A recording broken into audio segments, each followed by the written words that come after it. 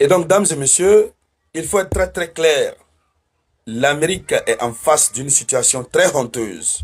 Le président Donald Trump est en face d'une situation très honteuse. L'Amérique a perdu la guerre. Et l'Amérique perd encore en économie. Même s'ils disent que les 300 milliards ne sont pas l'argent du contribuable américain, mais c'est une honte. C'est une perte énorme. Ça, c'est d'un point de vue. Mais de l'autre côté, ce n'est pas encore terminé pour Donald Trump. Il risque de payer encore très très cher. Parce que l'Iran est très catégorique. Le Hezbollah n'est pas détachable du front, hein, du conflit. Le front libanais est un front part intégrale du front qui oppose Washington, Israël à l'Iran. Donc, même si Donald Trump veut obtenir la paix à tout prix, même s'il faut vider les caisses de l'État américain, mais l'Iran va accepter. Et après l'Iran sort, les autorités iraniennes ont déjà commencé à sortir leurs griffes par rapport à la situation du Liban. Je vous dis que l'Amérique n'a jamais perdu une guerre de la façon la plus lamentable et pitoyable comme celle-ci. L'Amérique est allée, ils n'ont pas pu atteindre leur objectif. C'est pourquoi, quand Donald Trump tout récemment a demandé à Israël d'arrêter les frappes contre l'Iran, de cesser les hostilités, Israël a dit non, qu'il avait besoin de quelques jours pour finaliser, parce que les objectifs du déclenchement des frappes contre l'Iran n'ont pas été atteints. Rien, zéro à la base, rien n'a été atteint. Alors donc, ils ont échoué d'abord sur le terrain. Sur le plan du droit international, ils ont agressé l'Iran. Ils ont violé les règles du droit dans la guerre en frappant une école de jeunes filles.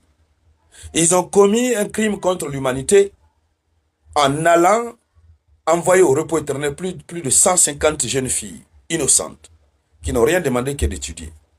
Or, les règles dans la guerre sont très claires. On ne vise pas les personnes civiles, à plus forte raison les écoles. Et après tout, au-delà, ils vont déposer 300 milliards de dollars. Mais tout ça, ça ne va pas suffire. Allons-y dans plus de détails. Alors, si cet accord est validé, il y a la reprise immédiate du pétrole iranien, qui est une concession majeure. Et je crois que même ça a repris. Hein. Dans le cadre des discussions, ils ont dit la reprise immédiate du pétrole iranien. Et le mot immédiat déjà en diplomatie, ça veut dire que l'Iran est ordonné. On a ordonné à l'Iran, tu peux reprendre la vente de tes pétroles. Ça veut dire que quelque part le blocus est levé. Donc, autoriser l'Iran à vendre immédiatement son pétrole et son carburant revient à redonner de l'oxygène à son économie. L'Iran a gagné. Je crois qu'il y avait des sanctions sur le pétrole iranien. Oui, c'est pourquoi beaucoup de navires iraniens avaient étaient souvent arraisonnés. Et ils ont autorisé l'Iran à revendre immédiatement son pétrole, c'est-à-dire tout ce que l'Iran veut, ils acceptent. Tout ce que l'Iran veut. Donc Donald Trump est coincé. Je vous ai dit, hein, dans nos vidéoconférences précédentes, avant mes activités politiques, législatives et puis mon activité privée personnelle, le mariage, je vous ai dit ici que Donald Trump était coincé au Moyen-Orient. Coincé de telle sorte qu'il ne sait plus comment sortir de là. Donc aujourd'hui, toutes les conditions sont en train d'être acceptées. On ne discute plus sur les conditions américaines qui ont poussé au déclenchement du conflit, c'est-à-dire le nucléaire iranien. Non, ça ne discute plus de cela. Mais ça discute des conditions imposées par l'Iran et qui sont acceptées automatiquement. Qui sont acceptées automatiquement. Ça veut dire à quelque chose de malheur est bon. Il aura fallu cette guerre pour que l'Iran montre qu'il est garçon à Washington, montre sa force à Washington, au pays du Golfe, à Israël, et que l'Iran puisse obtenir la liberté de vendre proprement son pétrole. Et aussi, ça ne se limite pas là. Je vous dis, l'Iran a beaucoup gagné dans cette guerre. Ça ne se limite pas là. Le détroit d'Ormuz devient désormais le droit de passage. L'Iran ne va pas arrêter ça. Les gens vont continuer de payer. Ils vont continuer de payer. L'Iran est sorti victorieux. Et le problème, c'est que l'Amérique ne va plus jamais reprendre de tels conflits à l'endroit de l'Iran. Si Israël ne fait pas attention, Israël risque d'être le premier ennemi de Washington, puisque c'est Israël qui a mis Washington dans ce problème, où Donald Trump ne sait plus comment s'en sortir. Et donc, la reprise immédiate du pétrole et du carburant, ça veut dire, ça signifie que l'Iran entre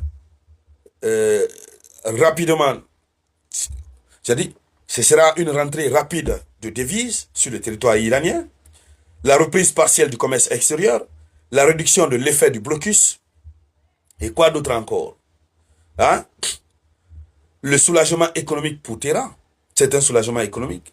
Donc pour un pays que Washington voulait asphyxier, c'est une ouverture considérable. Et donc, le président Donald Trump, de son côté, il veut quoi? Il veut transformer cette impasse militaire en victoire politique. Il veut montrer que c'est une victoire politique. Et c'est ce qui ne marche pas. Les gens ont les yeux ouverts. Donc, militairement, les États-Unis ont frappé fort. Mais politiquement, la guerre devenait très dangereuse. Alors, nous savons que Hormuz perturbait fortement l'économie mondiale. Les alliés européens s'inquiétaient. Les pays du Golfe étaient extrêmement exposés. Donc, Israël continuait de pousser à l'escalade. Mais finalement, Trump cherche à sortir du conflit en disant « J'ai forcé l'Iran à négocier ». C'est ça. Trump, il dit « J'ai forcé l'Iran à négocier ». Donc pour lui, c'est une victoire politique parce qu'il réussit à forcer l'Iran à négocier. Or, la négociation repose sur quoi? C'est-à-dire que l'Amérique a complètement perdu la main. Mais l'Iran, de son côté, cherchait l'inverse. Voilà, nous avons résisté jusqu'à obtenir la levée partielle de l'étau. C'est ça même. L'Iran a résisté jusqu'à obtenir ce qu'il veut. Ben, les gros risques que court cet accord, des gros risques qui peuvent faire échouer cet accord, on a la question du nucléaire qui reste au cœur du bras de fer, qui n'est pas encore résolu. Voilà. L'accord définitif n'est pas encore réglé. Les discussions doivent encore porter sur le stock d'uranium enrichi, les inspections, les garanties de non-militarisation, le futur programme nucléaire iranien, etc. Et puis, Israël qui peut devenir le principal obstacle, parce que Israël aussi ne veut pas abandonner, ne veut pas lâcher, comment on va dire, le Liban. Alors, dames et messieurs, c'était ça la une de l'actualité. Je vous reviens avec de nouvelles informations.